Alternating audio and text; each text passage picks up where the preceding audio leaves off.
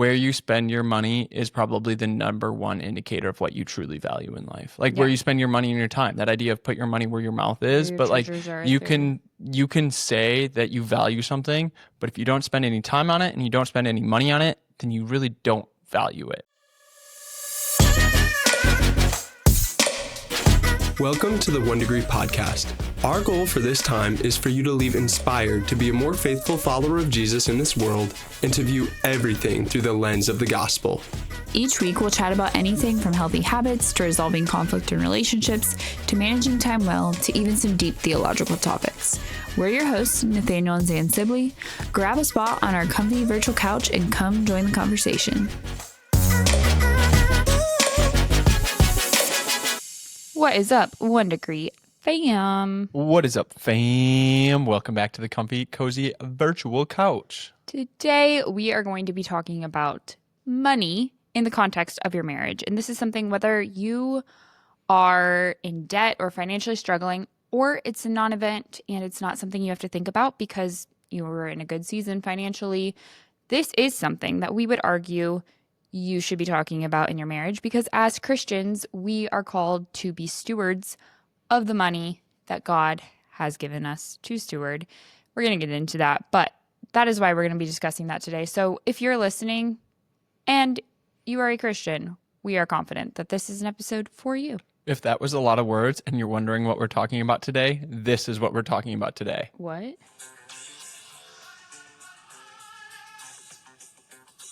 I wondered why you were looking at your phone. I was like, man, what is that important that you have to check it while we're recording? But I was just pulling it up. Pulling it up. All right. Money, money, money, money. That's what we're talking about. All right. We're also talking about this because money is often a source of conflict in marriage for one reason or another. It's actually found that it is one of the top sources of conflict. There was a study in 2012 that isn't boring. I don't need to give you all the details. I mean, if you're interested, send us a DM. I'll send you the link. But the conclusion of it essentially was that couples who argue about money are more likely to get divorced, aka money is cause of tumultuous. I was just going to say, isn't it one of the leading causes of divorce? It's like I think infidelity it's and money. two. Yeah, I think it's because infidelity number one and money number according two. to our Nate Bargatze show, warm-up comedian, Yes. that's what they said. Yes. So that is our credible source for that one. But this was a real study. Anyway, it said that researchers found that financial disagreements were the top predictor of divorce. We're not discussing that because our goal here is to avoid divorce. We're discussing that because, or I'm including that detail because it's obviously an important conversation to have. Yeah. And so we're going to have it. And I think it's important to note is that whether you feel as if... It is important to note that. It is important to note You that. said, is that? Oh, it is important to note that whether you feel as if you are in a terrible place with money, like I haven't even started budgeting, I'm scared to check my bank accounts, I don't even know where to begin. Yeah, all of those kind of things. So whether you're in that place or whether you're in the place of, oh, I'm saving $10,000 a month, but you're like, oh no, I feel very comfortable, I feel good, I live a solid life and I'm able to save and I'm maxing out my retirement accounts, so what more is there to learn about money? Whichever place you're in, I think this episode is for you. And the reason that I say that is because when we as Christians are looking at money, the first thing we need to do is have a fundamental mind shift. Likely, because it's Yes. likely not your default place to be. Yes, we need to shift our mentality around money. And where we start by shifting that mentality is starting by not viewing it as ours, but viewing it as God's. And I think oftentimes we can say that Christian cliche of like, oh yeah, I know it's not mine, but it's God's. But no, truly, this is not your own. This is God's. He has given it to you to steward, not to be like, oh, tithe the first 10% and the rest is yours to do what you want with it. I think that's like the common Christian. Yeah, that was my thought. Is like, I feel like people only say it's God's money when they're like gearing up for their 10% contribution to the church. It's like, no, it's all God's money. Yeah, it's not like, oh, here 10% is God's and the rest of it is mine and I can do whatever I want to do with it. And I think that's the important shift we need to have, and that's the mentality that we need to have because truly the Bible depicts us as stewards of God's money. And if you were a money manager for anyone else, like imagine if you were like a financial advisor or some rich person was like, hey, could you come and you come manage my money, handle my money, invest it, do whatever you think is wise with it. And then a year later, they came to you and they were like, hey, what happened to my money? And you were like, most of it's gone. And they're like, it's gone? Why is it gone? And you're like, well, I kind of spent some of it on a boat, and then I took a nice family vacation, and then I did X, Y, and Z. They'd be infuriated with you. And now I'm not trying to say that like, oh, taking a family vacation is sinful. But what I am trying to get at is this idea that if money is God's and we are his stewards, we are accountable for the way that we spend his money, the money that he has given to us. And this is what I love about Randy Alcorn. So Randy Alcorn is actually one of my favorite Christian authors, speakers, writers when it comes to the topic of handling money as Christians, because Dave Ramsey, he has very good, solid, fundamental advice when it comes to handling money and getting out of debt and the debt snowball. But I think where Dave Ramsey misses the mark is that his advice is very secular with then a little bit of Christianese tacked on. And again, it's not wrong, it's not sinful, it's actually helped a lot of people.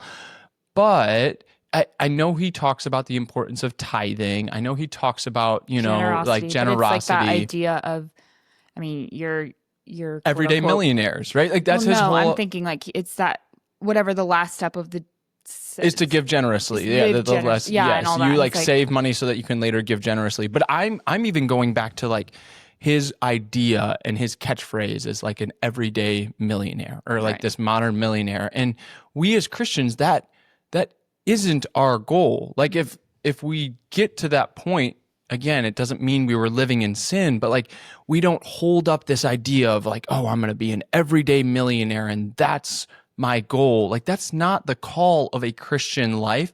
And so that's why I really love Randy Alcorn, is because he starts with that mentality shift of, hey, we need to start with this heart change. We need to start with this mind change that money is not ours to do with it as we please after we give the first 10% to God.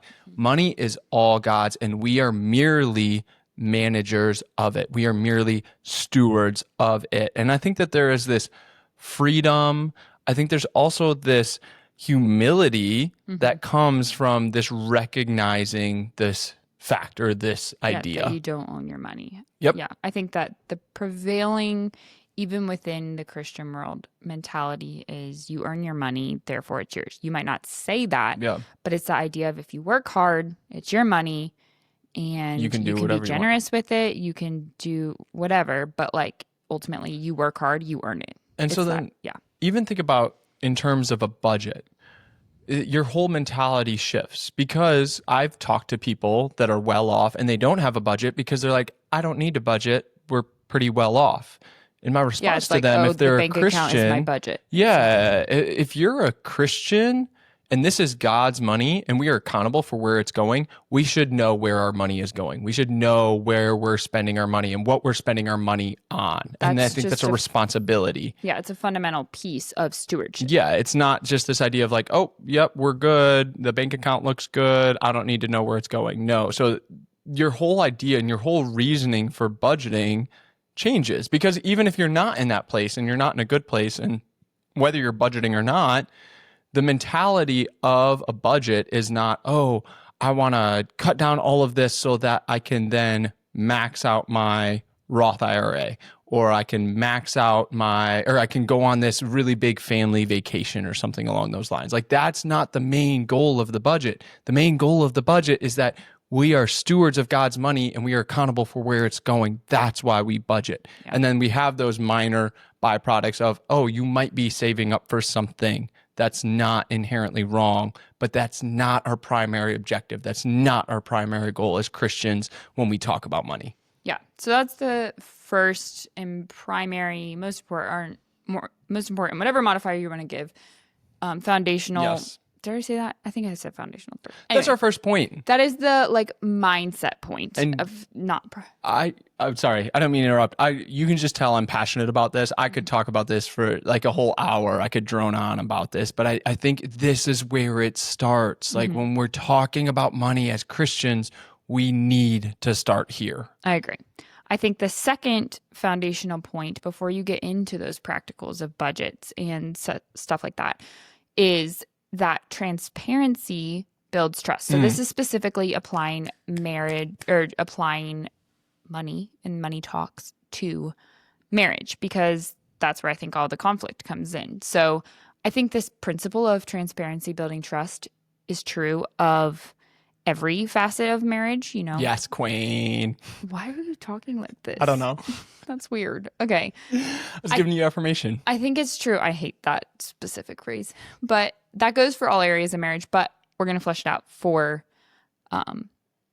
money within marriage in this case. So I would say that financial secrecy, regardless of its scale, regardless how insignificant it seems, undermines oneness in marriage. If you are one, and therefore what's yours is mine, what you know, I know, all of those kind of things, the idea of true oneness, then yeah, keeping secrets, again, any area of marriage, but we'll talk about money, is undermining to that. And so open communication about your spending, your saving, your goals that you have, even mistakes that you've made, past debts that you've taken out, or just impulse purchases, whatever mistakes looks like, be confessing those and just like being open about them and having conversations about them. That helps build intimacy. The other, there's obviously physical intimacy is just such a small part of intimacy within marriage.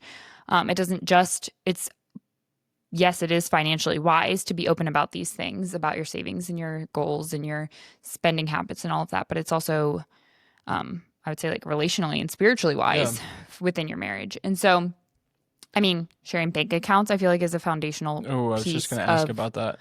I don't think that there's nuance. There's nuance with everything.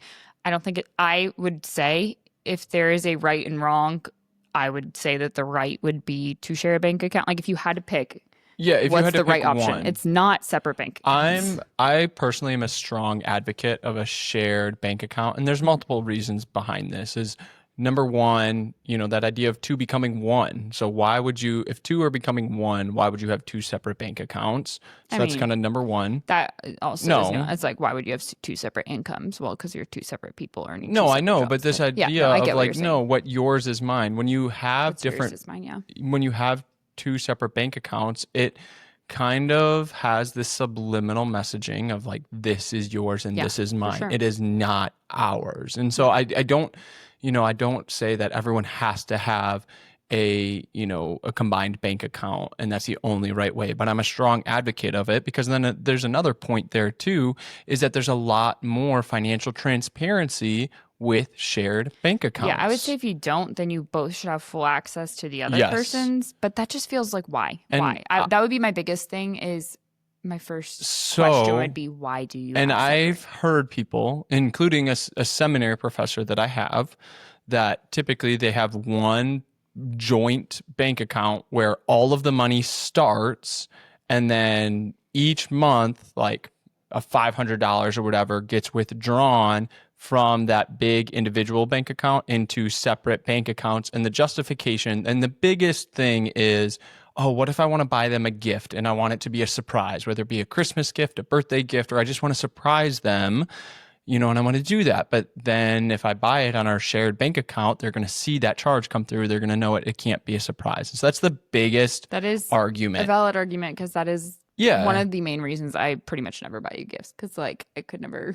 Surprise. We can't really surprise each other with shared bank accounts, and I think that's you could fair. Surprise me because I never log into ours. But I think that's a fair argument. Number one, I would push back is like, is that the true reason, or is there other like less holy sounding reasons? And maybe less. They don't seem alarming, but that little bit of like, oh, I want to be able to like stop at Starbucks without hearing about it. Yeah. It doesn't have to be like this big secret thing. It's just like, is there maybe another reason? Yeah. And so I think, and again, that isn't wrong to have that. Like I said, I had a seminary professor who did that. And so But in order to do that, you need to do that well. Like all of the income goes into that joint bank account at first. It's not like, oh yeah, 50% of my income goes here, 50% of my income goes into my personal account because, this is my money and I make more, so I should get more in my fund budget. Like, no, it's not a tit for tat. It's not a I make more, so I get more. It is combined. It all goes into this. And then there's an equal amount that gets distributed to your individual bank accounts that you can use for fun money or for surprises, for gifts, whatever you want to use it for. I think that's the only way that it can be done well. But I just go back to, at least for me, we don't value surprises enough. Like Zan and I don't value surprises enough to like go through the hassle of doing that. Like we just have one shared bank account. Yeah. Yep. For sure. Let's talk about maybe what about your secret Amazon purchases? They're not secret Amazon purchases. He's referring to sometimes I'll get stuff like whatever random things for the kids or I don't know, anything. Everyone knows you can buy virtually anything on Amazon. Yep. I'll decide I'm going to return it because whatever, it doesn't fit. It was junk. And I 99% of the time will choose Amazon credit balance, like refund to my Amazon balance. Because in my mind, I'm like, well, the more practical and prevailing reason I would say is because inevitably within the week, I will be buying something else, dishwasher pods, something else will be on Amazon. So it's like, why bother waiting longer? Oh, I bought something for the kids and then I returned it and then I bought something for the house. Well, yes. So what he's saying, more often than not, I will be spending that again on something practical for the family. But sometimes it's like, usually it's like a book. It's not like some crazy thing. I know. It's like, I want to buy this book, but I technically have used my fund budget. It's a $23 book, but I have an $18 credit from returning this whatever. So I'm going to use that. And now I've only spent $5, whatever. It's that kind of thing. So he's saying, yes. Yeah. He's saying that I'm Amazon a little stash. sleuth, but at the end of the day, he has full access and can know. It's my little And also, too, it's the same. I do the same thing. Sometimes if I'm stopping for gas at Quick Trip, #Quick Trip is the best in Wisconsin. It's not the Quick Trip. It's not a Quick Trip with a QU. It's Quick Trip with a K. Quick Trip. KW. Yeah. Anyway, they have amazing fried chicken. And so sometimes I'll just be like, I could go and get some fried chicken and just loop it in with the gas. Loop it in with the gas. Those are two separate transactions. Well, what you can do, you can go pay inside and add. Inside yeah, I don't do that. But I'm just saying there are those little instances, and these are little funny examples. But I do think going back to your main point here that transparency builds trust. And so this is biblical. This idea of like, if you are faithful with a little, you will be entrusted with a lot. So if you have proven yourself that you can be trustworthy with a little, your spouse will be able to trust you with more. And so if they're... It's interesting you say that because in a past life, I had heard in a Christian context that means that if you're faithful with a little money, God will give you a lot of money. Anyway, not true. Yes. But anyway, what I was going to say is I actually lost my train of thought now. I don't know. I think you were just saying that those are silly examples, but it's that idea of like when you're transparent about those little things, like I could probably say to you, hey, well, maybe last Christmas this didn't go very well, but I was like, hey, do you trust me? Can I get a $400 Christmas gift for you? Yeah. You didn't. You're like, there's literally nothing that well, you did, but you're like, there's nothing I would possibly want because you don't care about things, but you did let me do it. But I ended up telling you what it was. But stuff like that, like you could build up to that kind of trust. Yeah, no, I get that. Yeah, and I was just saying if you have something where you're doing these small little things and you think it's not a big deal because it's just a couple of dollars. It's just, oh man, we weren't going to do anything with this money anyway. You should bring that to your spouse and you should confess it to them and you should stop doing it, And if you have you might have an agreement or something where I know a lot of couples talk about it. Anything under $20, just put it into the budget. But it's like you can buy a lot of individual $19 things. No, I know, but I'm saying it's from that standpoint of, okay, sometimes once every other week, I Yeah. will get lunch. Do I need to tell you every single time I get lunch out? Please don't. No, but that's what I'm saying. So that's what I'm referring to. Like, you don't have to have this thing where, hey, I'm Yeah. spending $10 out of my eating out budget or fun budget or whatever it is. Yeah, I don't think it's about this like legalistic. You have to be so rigid in announcing things. It's the heart posture. Like, you know whether or not there's some secrecy going on. Yes, or not. exactly. And you shouldn't be trying to do something to keep things secret from your spouse. That's the big thing. So I'll start refunding to credit card. No, it's fine. You've made me aware of that now, but just like 8 months ago when I didn't know about that and you told me about that, I was like, what? Nuh-uh. No, I was like, okay, this is kind of genius a little bit, but also number two, like, I can't believe you've been doing this. Okay, again, it's like always, it's like, oh my, the kids need another pair of shoes. I'm not ever buying just like fun stuff. Okay. Anyway, okay, so let's get Newly box. into, oh my gosh, this Newly box. I think it's come up on the podcast. It has. Because one time we recorded after you woke up to a charge from it and you were like, why do you have this again? Anyway, it's on pause for this month. Anyway, so let's transition to budget. So let's talk about the budget being a spiritual discipline in the sense of you are a financial steward. Would you argue it's a spiritual discipline? The budget? I would say budgeting could be seen as a spiritual discipline in the sense of... Well, no. I don't know how you would define no. It depends on how you define spiritual discipline. A discipline that has spiritual implications.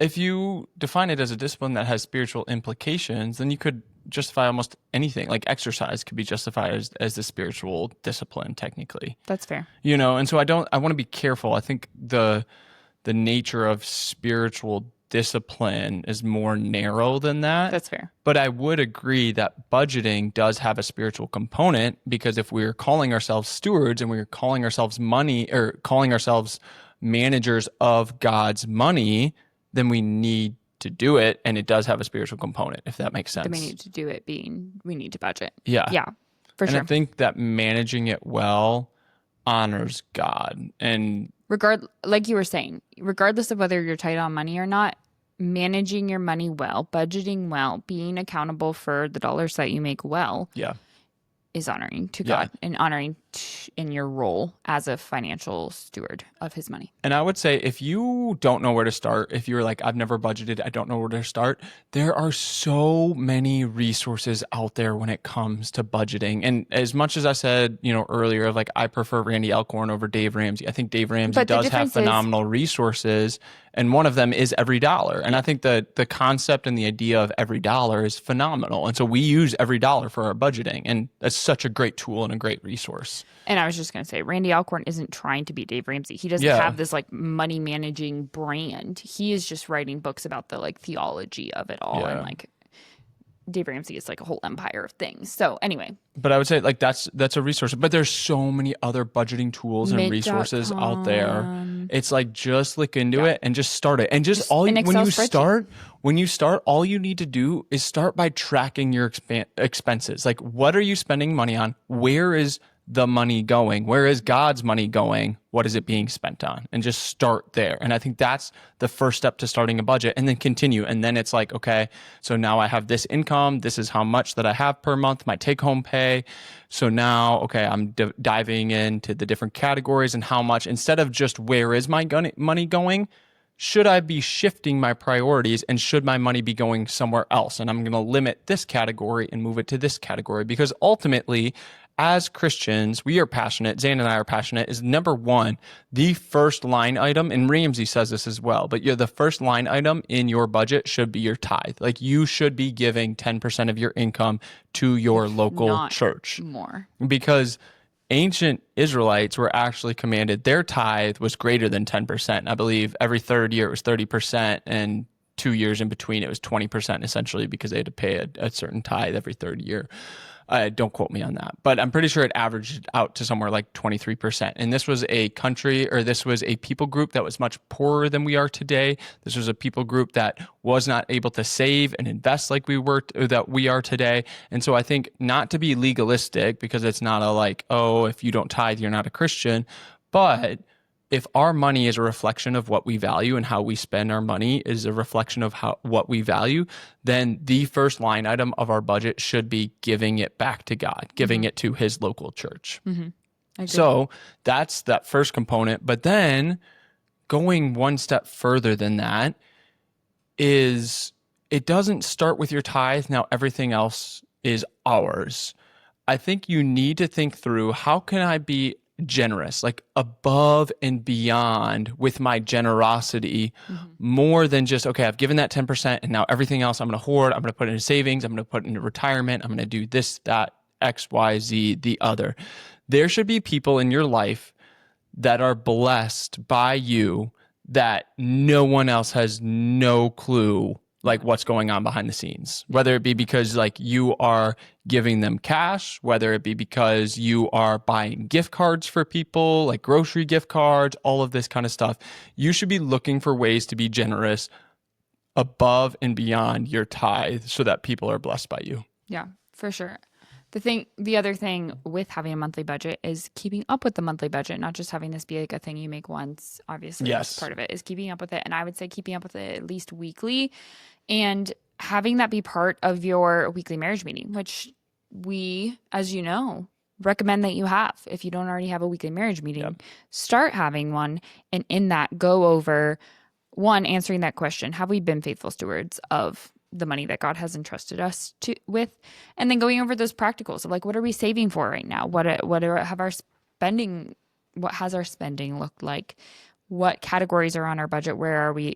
Just tracking, like, where are we in the budget this month? Like, how much do we have left in the grocery budget? How much do we have left in car maintenance? Those kind of things. Have we already set aside the money for saving for the big expense fund or the car expense funds? Those kind of things. So yeah, I think also on a practical level, budgeting becomes less of this chore and burden and whatever, just word that spikes your cortisol when you have unified goals and maybe things that you're excited about, whether that is ways that you are wanting to bless other people. I mean, that should be part of it, but something you're saving for, even if it's very long term, like, hey, in 5 years, we want to take this anniversary trip and we're going to set aside. There have been seasons where when you were in seminary, I think we would set aside like $10 a month. It was $25 a month. $25. Okay. And we would put it into a separate bank account, and that would be, we'd save up for a once a year trip. Right. And so like, obviously you're doing the math. That's not a very big thing. So like there, in some seasons that will be something very small, but it just like keeps you motivated towards saving and just in the practice of setting aside money. And other seasons you may be able to like heavy load different funds. But the point is, it's not about the quantity in there. It's more about this discipline. And I do think, at least for me, because in the general spender saver dynamic, I feel like every marriage tends to have a spender and a saver. Like maybe not super amplified on either one, but I would be the spender in ours. Like I'm less likely, like in the sense that I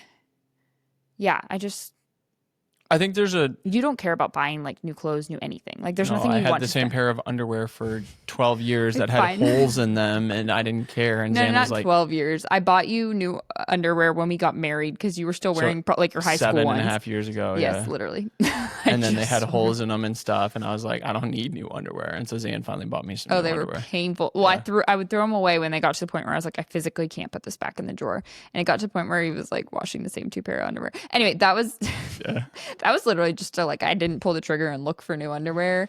Not that we like really were scraping by. Okay, so what I was gonna say is that you're more the spender, I'm more the saver naturally, and I think some of that is like there's a pro and a con to the spender. Like the con is obviously everyone knows the con. They're more willing to spend money and not think about like, oh yeah, this purchase, let's go ahead, let's make that purchase and everything. When like you buy that. one and thing, that's money that can't be going to something else. Yeah, and I think that's true of you. But also there's this other thing is Zan pushes me to be more generous. Because I'm more of a saver by nature, Zan is like, oh, we could give these people this amount of money, or we should buy a $200 grocery card for these people, or, we should do this, this, and this. And you push me to be more generous, whereas I would be like, I am more tempted to be of that mindset like of give money to the church, tithe, and then, kind of like save, invest, everything like that. And so you push me to be more generous because you are all around the board.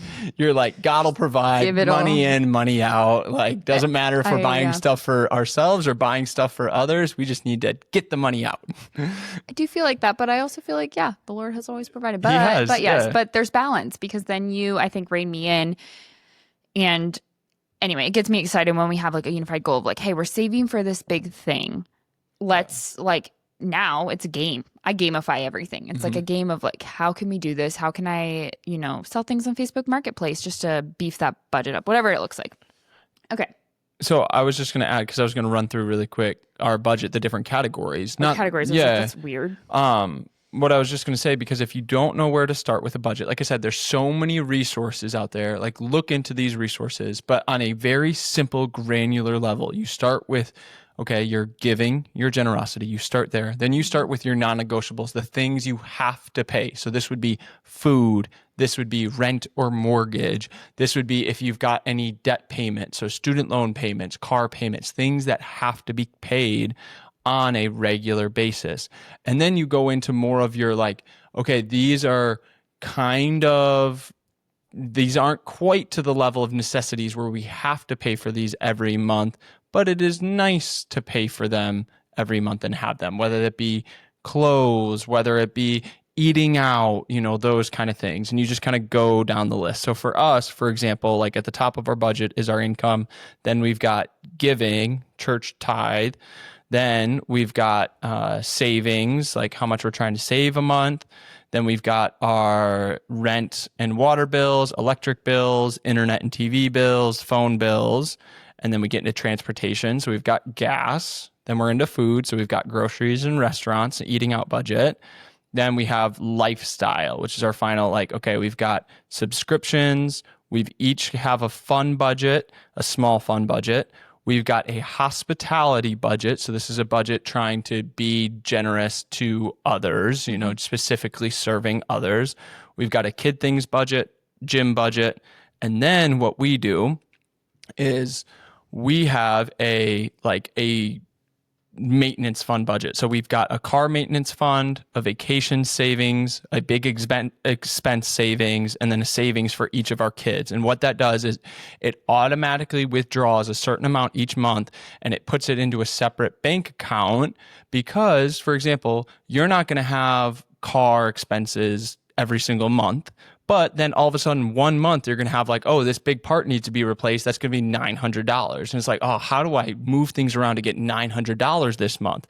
Well, for us, we've got a car maintenance fund. $75 is taken out every single month. And so then when we come across those things, we just had one where it was, a big amount of money, but the amount of money we had saved up for covered most of it. And so the same thing with big expense savings of like, we don't know what this is going to be, but Zan wants to buy new chairs. And so that could come out of our big expense fund. And, we're pulling $100 a month, and something like that. And so that's kind of the mentality of having that. And having that's really nice because there are things that are big expenses, but don't hit. It's like, how do you plan for those?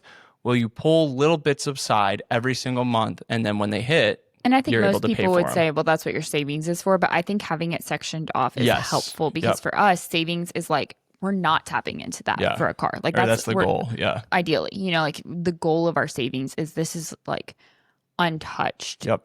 Unless there's an emergency type thing. It's like an emergency. And so then we have home repair and goods. And so this is general home maintenance. Yeah. We've got our auto insurance, and then we have miscellaneous stuff. Like this month I've got to renew my plate, so I added the plate renewal. You added that, and then that in practice, because this is the Every Dollar app, you have to then move other things around so that every dollar of your income is accounted for. And then I think I mentioned subscriptions already, but the last thing I said, last thing we have is a miscellaneous. This is a catch-all. So things that don't fit in those, we have a general miscellaneous budget. Yeah. And so that's where you start of like, hey, come up with your categories, start tracking. Where are you spending too much money on something? Where can you cut back and move things around? And that's where you start with your budget. Okay. I'm sorry, go ahead. Yeah, because then I think there's two last quick things that we're going to cover. Yeah, that's And what I I'll was gonna say say. Let's the transition first to this. thing I would say is that we as Christians, we need to guard against the love of money. You know, this is in 1 Timothy 6, for the love of money is a root of all kinds of evil. Two things I want to emphasize in this, because this often gets, it's like plain telephone, and it gets misconstrued to money as the root of all evil. It's the love of money and a root. You know, it's not the single root, but it's also, most importantly, it's the love of money. Not having money, but your affections towards money, your heart posture towards money is the root of all kinds of evil. So you can be a billionaire who loves money, or you could be someone with $0 in your bank account and someone who loves money. And so it's the love of money is a root of all kinds of evil. Just we need to recognize that, because it's so easy to just point to people who are more well off than us and be like, well, you know, love of money is a root of all evil. They obviously loved money to get where they are today. And you just point the fingers at people who are richer than you versus inwardly reflecting on yourself. And I think a practical way that you rid yourself of a love of money is generosity. It's giving. It's keeping it out of your hands. Again, not just like freely, like we're joking about. That's something I like to do. But it might be what you need to do. It might be that you need to save a little less and start giving more. If you're actively trying to purge yourself of that, of like, I'm so focused on paying off debt, or I'm so focused on growing my retirement that I find myself dwelling on it all the time. That could be a red flag, or a yellow flag, at least for a love of money. Maybe you need to be giving more away. And I would say that generosity should hurt a little bit. Like it should be painful. Like, oh man, like it hurts a little bit to give this money away. That's the point. It's generosity. It's not just like, oh, our forgotten scraps. If we're trying to give our first fruits to God, and if we're trying to be generous to others, like that should be a little bit of painful. Like you're not going to be able to do things that you would otherwise want to do or be able to do because of generosity. But that is the number one way. That is the best way to start ridding yourself of the love of money, is generosity. For sure. The last thing that I want to, before we wrap it up with the 1 degree shift, is the last thing I would want to touch on before we wrap it up is that your finances should reflect your mission as a family, your mission in your marriage, your goals.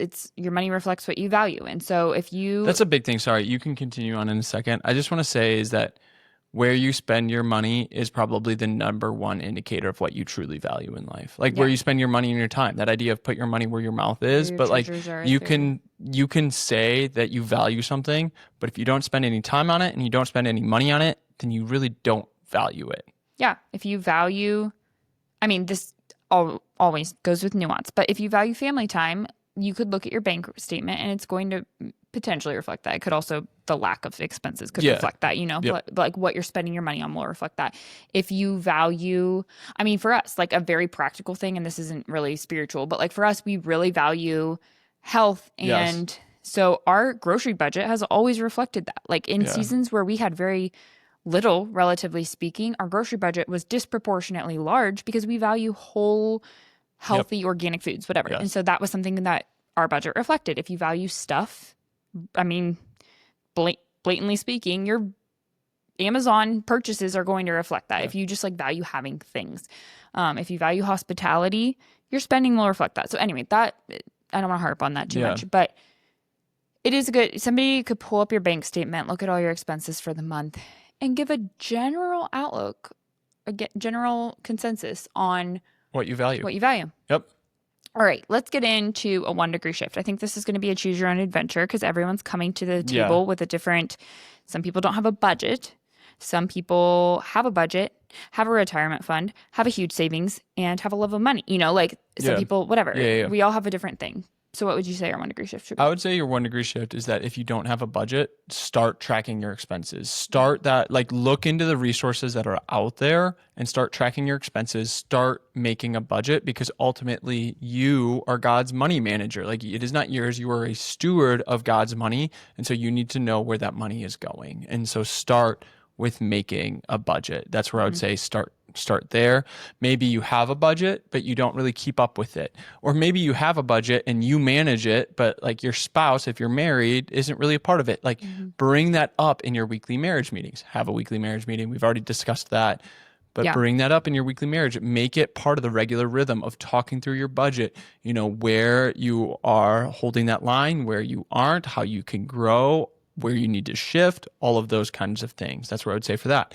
Maybe you have a budget, you stick to it, you are well off, you have savings. Maybe you need to be challenged to be more generous. And I would encourage you of look for needs within your church. Like, who are people that you can give money away to, whether it be like people that are just going and paycheck to paycheck and barely making ends meet. And it's like, oh, if you could give them a $300, $400 grocery card, maybe you can, seek to give that anonymously, seek to be generous anonymously, seek to bless a small group leader. What are ways that you can use God's money to bless others? And that's what I would encourage you if you're in that. And so whether it be you need to start a budget, whether it need to be you need to start having a conversation with your spouse about your budget, maybe you need to start being more generous with God's money, like you do that. You do something this week to do that. And I would say you already touched on this, but if you aren't having a weekly marriage meeting, you should, because this is something that you're going to be talking about it. So Yes. we'll put it in the show notes. We've got that 7-day. We've plugged it a couple times, but shameless plug. Yeah. 7-day marriage mission. The reason that I'm bringing that up is because part of that is also establishing those values that you have as a family. So when you're clear about those values, that all comes back to these conversations. So yeah, and one of our values, one of our 6 values is financial stewardship. So yep. So the 7-day marriage on mission challenge is going to be linked in the show notes. So start there too. All right. Love you, 1 Degree fam. We'll catch you next week. Peace out. Love you, fam. Thanks for tuning in for this episode of the 1 Degree Podcast. Make sure to subscribe so you never miss an episode. And we'd be so appreciative if you take just a few seconds to leave a rating and a quick review. We love to hear your feedback, and those ratings really do help make it easier for others to find this podcast. And if you want to continue this chat or share your takeaways, we'd love to hear from you. Head on over to our Instagram at the 1 Degree Podcast and leave a comment or send us a DM. We can't wait to hear from you. Catch you next week, 1 Degree fam.